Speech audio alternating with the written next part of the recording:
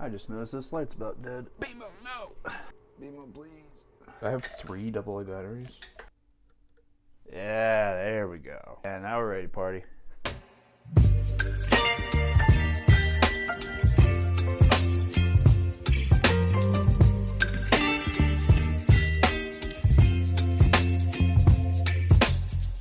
Hey, hello, how are ya?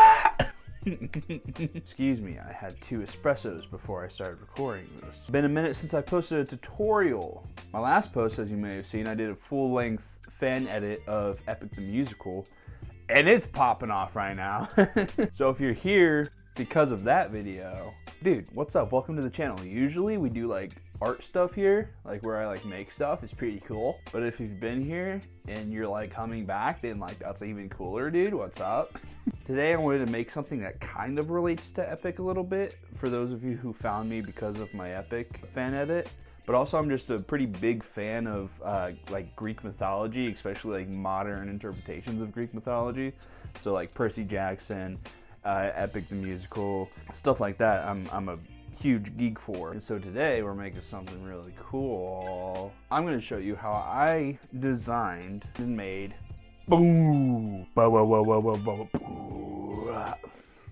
my own Poseidon Trident. I was just gonna like find a 3D file of a Poseidon Trident and like 3D print one, but look, I'm sorry, but there's like no cool Poseidon Trident 3D files. They all look pretty much the same, and I just wanted something like a little bit more unique, cooler.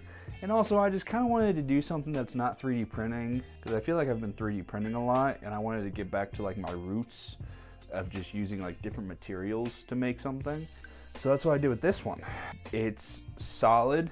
It feels sick holding it. I've been walking around my apartment. Ruthlessness says as you can see, we kind of got like double hand grips here, so you can really. How does it feel to be helpless? How does it feel?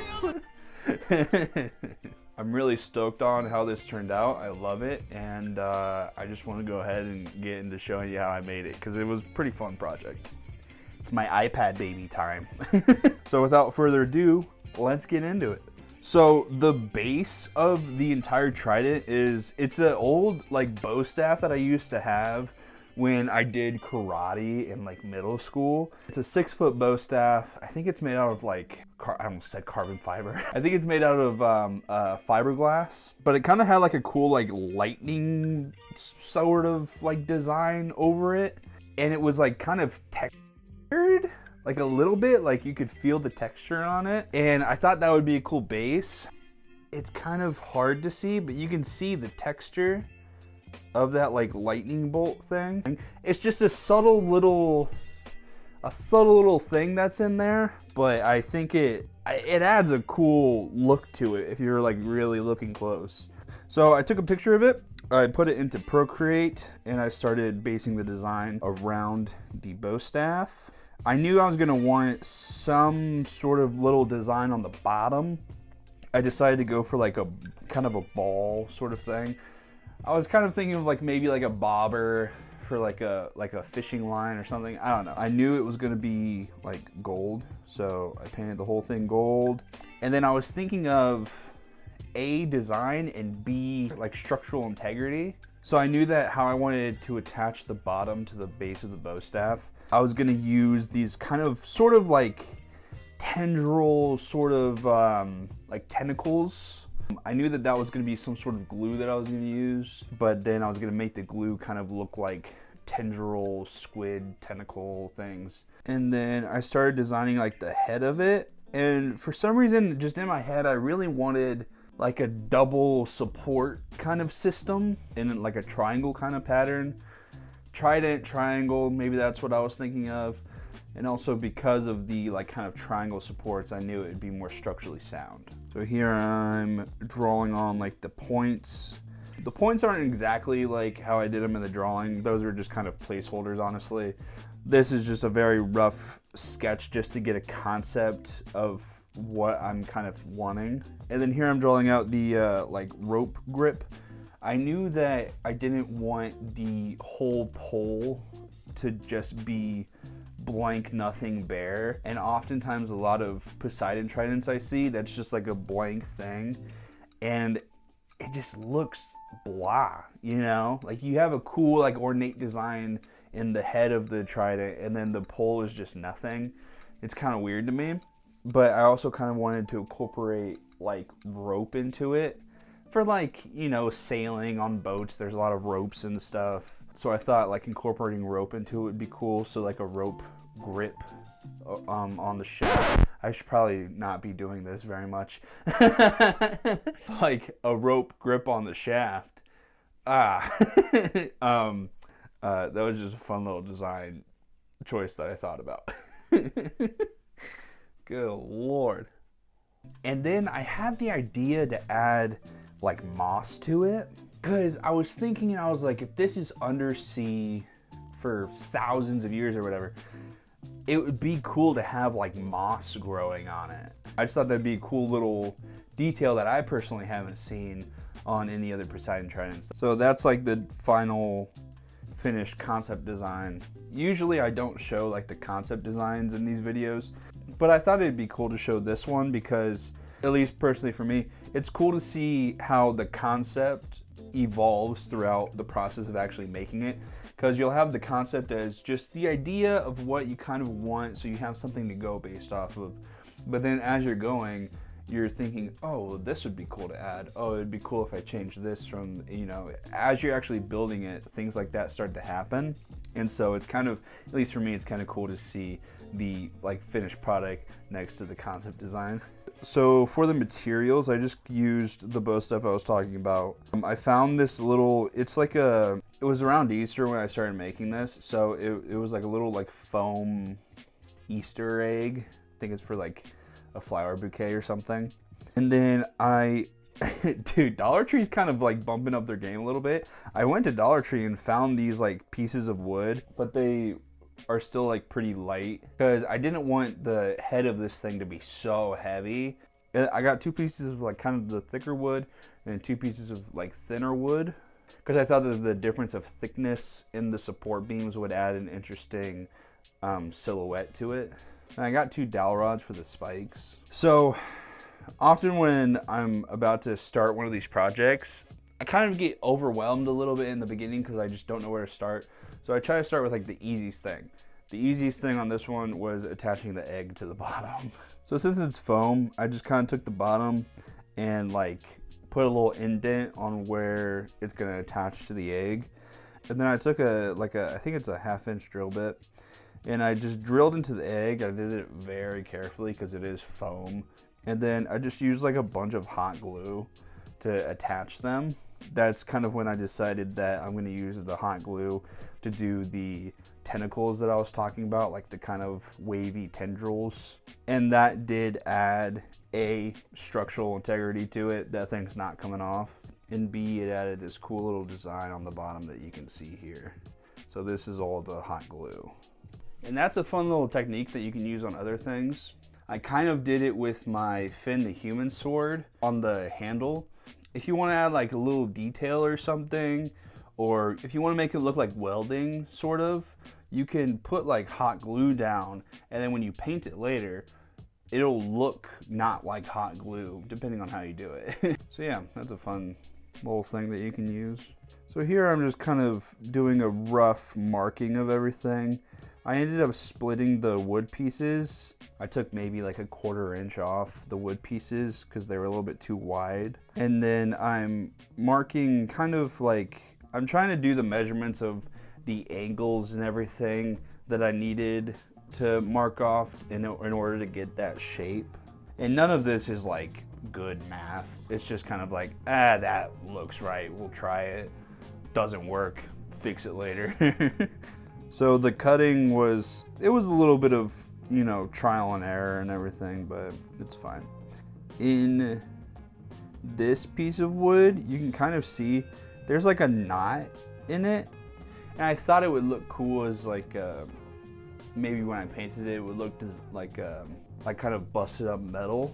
But the knot ends up falling out at some point during the cutting process. And so it looks like this now after it's been painted and everything.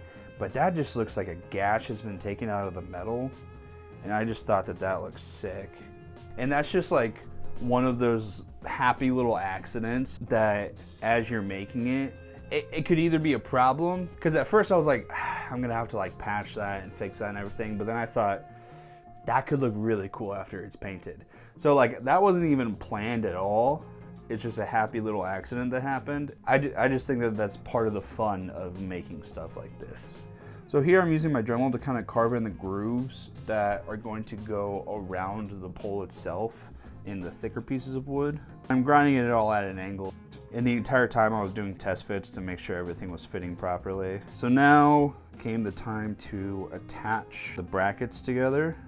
So I did a similar technique to, I believe I did it on my Percy Jackson sword, where on like the very edge corners of the flat piece, I put little dabs of super glue, and then I was using JB Quick Weld in the center. So then when you stuck the pieces together, the edge with the super glue on it would adhere quicker than the center with the JB Weld would. And so it was just like a quick adhesion to then allow the JB Weld to adhere quickly so that I didn't have to like sit there and hold it too much. I love using the JB Weld quick because I like that it sets in like 6 minutes or something like that. And then you're able to sand it after like 15 minutes or something like that.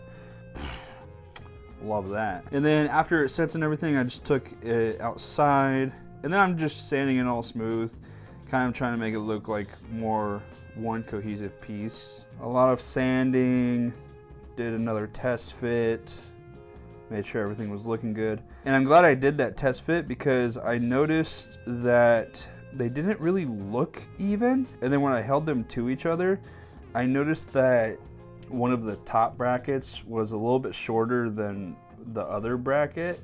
And so it was creating a sort of uneven look.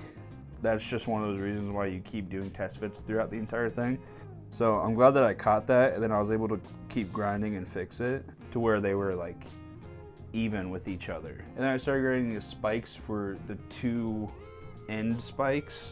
So as like you probably saw, this spike is part of the bow staff. These two are the dowel rod spikes. So the bow staff itself went from like thicker down to thinner. So I just grinded these two dowel rods to go from thicker down to thinner. I could have done it a little bit more, but I honestly just ran out of patience. And then this was a fun thing that happened. So I went to drill the hole into the brackets to put the dowel rods into. After I drilled them, I realized, oh, I drilled them on the wrong side. I'm gonna be honest, I was pretty furious. Because I was like, dude, am I gonna have to remake these things entirely? Because I drilled into the joint, the part where they join together. And I was like, there's no way that they're gonna be strong enough to like withstand anything. But I just tried to fix them before I tried to remake them. And so I just took some like scrap pieces of the wood. I kind of shoved them into the drilled holes and used the JB Quick as kind of like a plaster to fill in the rest of the hole. And I was able to get it smooth again, and it actually was very strong. So glad I did that instead of deciding to remake the brackets completely. I don't think I showed it, but I drilled the holes again on the proper side. Oh yeah, I did right here. So it was a little bit scary to drill the holes because the thickness I needed the holes to be for the dowel rods was like a fraction of a millimeter from like the very edge of the piece of the bracket. And so I was just drilling it. I was being very careful. And then I got it like exactly within the parameter that I needed it to be. You can see the edge of the hole next to the edge of the bracket and like how thin that is. Dude, that was so nerve-wracking. And then here I'm making like the hooks on the ends of the spikes. To be honest, I just kind of freehanded this. I had an idea of what I wanted them to look like, but I was getting tired of grinding everything. So I literally just like cut some squares of wood that would be a good shape. I took everything inside. I started attaching everything. with the JB Quick. Make sure everything was straight, everything was looking good. Oh, and I forgot to mention, the dowel rods, I cut a little slant at the very top of them, which you can see right there, just so when I attach the like hook pieces, they would be at a slant.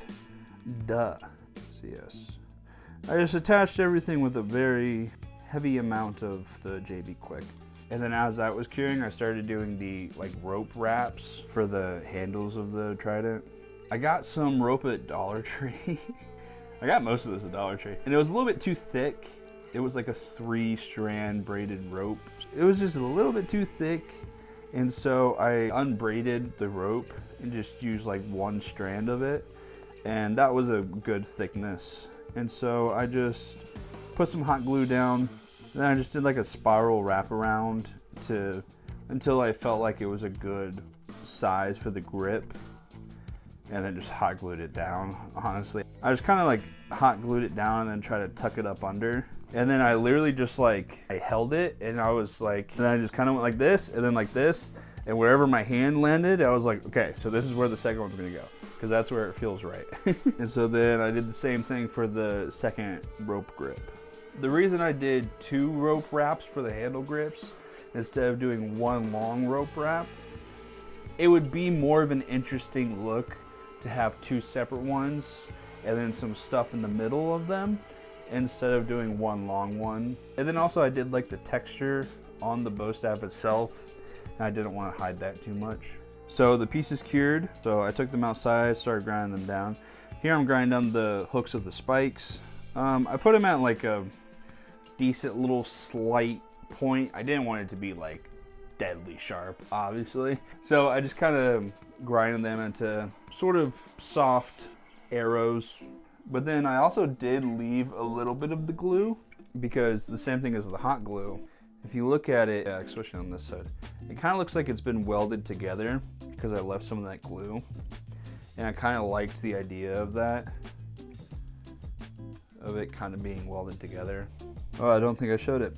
After I sanded everything smooth, I just used like my Dremel tool because I wanted it to be old and battle damaged. So with the grinder bit on my Dremel, I literally just did like scratches all like that, little dings, especially here on the edges, did some dings all along the shafts of the spikes. I just did scratches, especially up here on the hooks. I did a lot of the dings and stuff.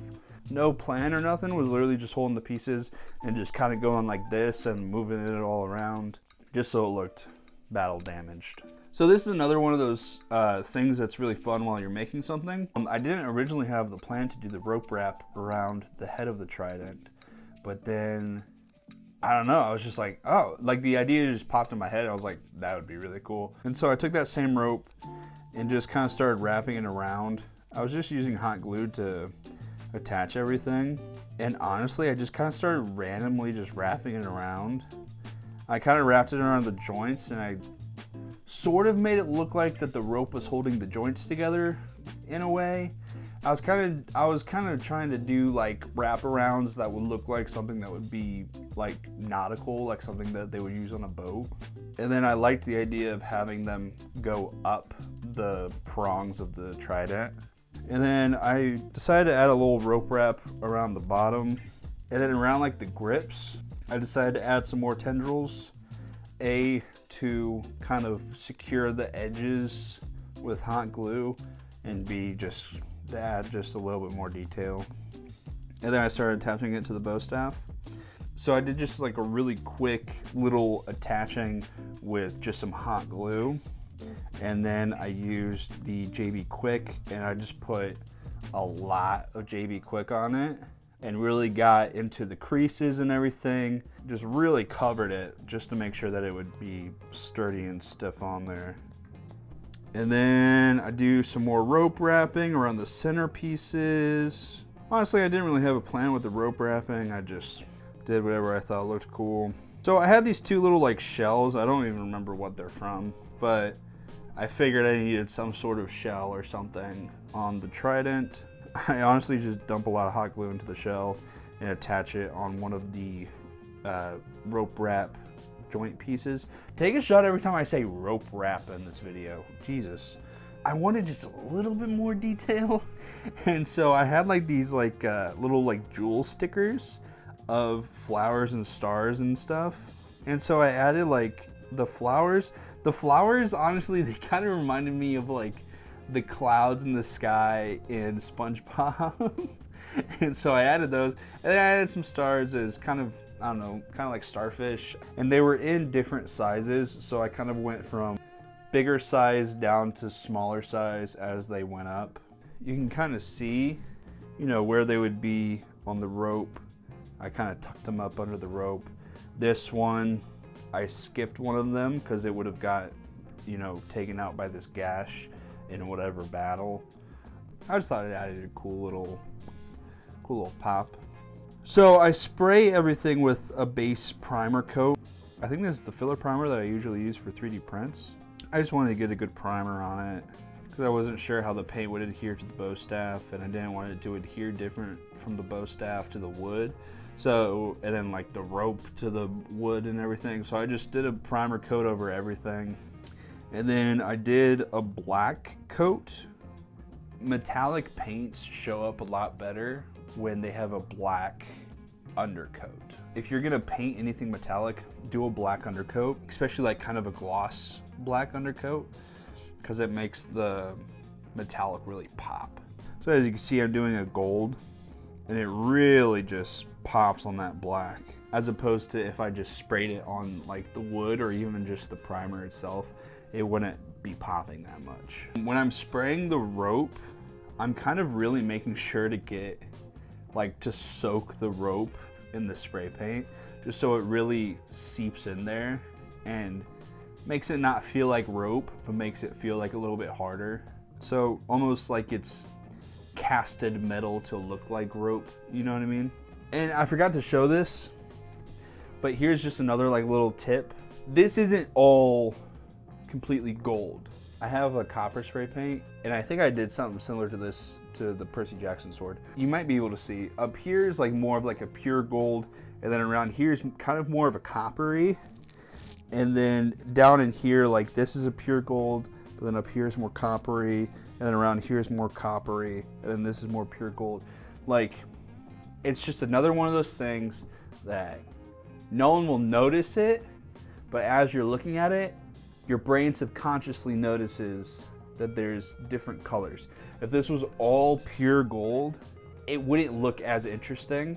And so I literally just took some of the copper spray paint and just did little dashes of copper and like kind of blended it from the copper into the gold. Again, it's just one of those things that you will never notice unless I mentioned it.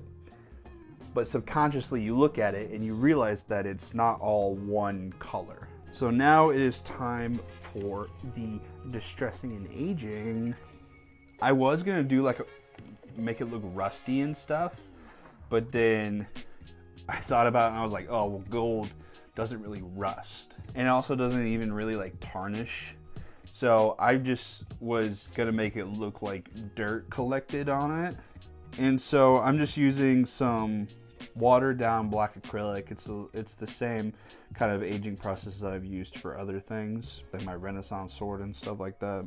It's just, you water down black acrylic, you dab it into all the creases and everything, and then you take a paper towel and you wipe it off, and you leave that acrylic in the creases of everything.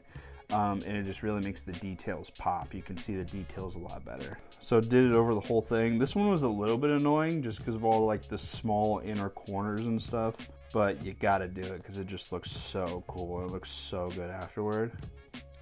And then after I did all of that, it was looking a little bit too dark for me. And so I kind of did a dry brushing type of thing. I take the gold spray paint and I spray it on paper towel, and then I just kind of brush it over the pieces. So I literally just like brush it over the shell, I brush it over all of this, and then on the very tips and the very tops of all these little pieces. So the very top is like a bright gold, and then it goes into kind of a middle area, and then it goes into like a dark area. So same with all this. The very top is going to be a bright gold, and then it has kind of a mid-tone, and then it has like the dark detail layer. Does that make sense? I really do need to make merch that says like, does that make sense? And then I started adding the moss. I didn't really have a good idea of how to do this. I was thinking of using like a spray adhesive, but then I didn't want that to mess with the paint. Oh, I completely forgot to mention, I added a clear gloss over all of this before I started adding the moss. But I didn't want the spray adhesive to dry matte, and then some of the Trident would be matte, and some of the Trident would be glossy. And then I didn't want to like spray another clear gloss and the moss on, and then the moss would have like a gloss coat to it. I don't know. So I just ended up using like Elmer's white glue. I would just kind of put some white glue down in sort of the pattern that I want the moss to be growing, and then I just start tearing off some of the moss and sticking it on there. And I'm gonna be honest, it was a little bit of a pain. There's probably a better way I could have done it, but that's how I choose to do it. Humans have a problem where we want everything to kind of be in a pattern. And so when you're doing aging and stuff like that, and especially if you're trying to make something look like a natural growth, you have to kind of try to not make it a pattern. And so like on this side, I had it really be growing thick and like up and all the way up to here and all the way down to here. In the middle here, I kind of just had it growing around here, like around these joint pieces. And then over here on this side, I really only have moss growing right here and a little bit right here. So that unevenness is what makes it look natural. If I would have had all of this moss growing here, all of this moss growing here, and all this moss growing here, it would look not natural. So yeah, that's just something to keep in mind. Don't try to make it even. Don't try to make it pretty. Don't try to make it in a pattern. It makes it look and feel, at least my opinion, pretty natural. Like it actually has been in the ocean and this is a natural growth that happened on it. So that is how I made my Poseidon Trident. Jorge, the creator of Epic, please, if you ever decide to do a live action, hit me up. I can make props and stuff. But yeah, that is how I made this, and I think it's time to show you some B-roll.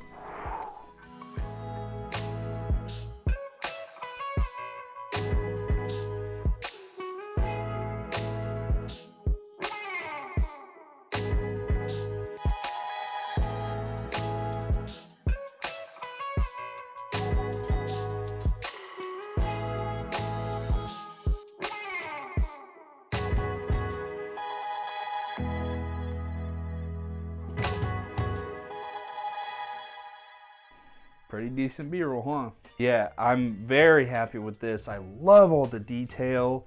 But yeah, it was pretty fun making something that wasn't like recreating a different prop or something from a movie or something.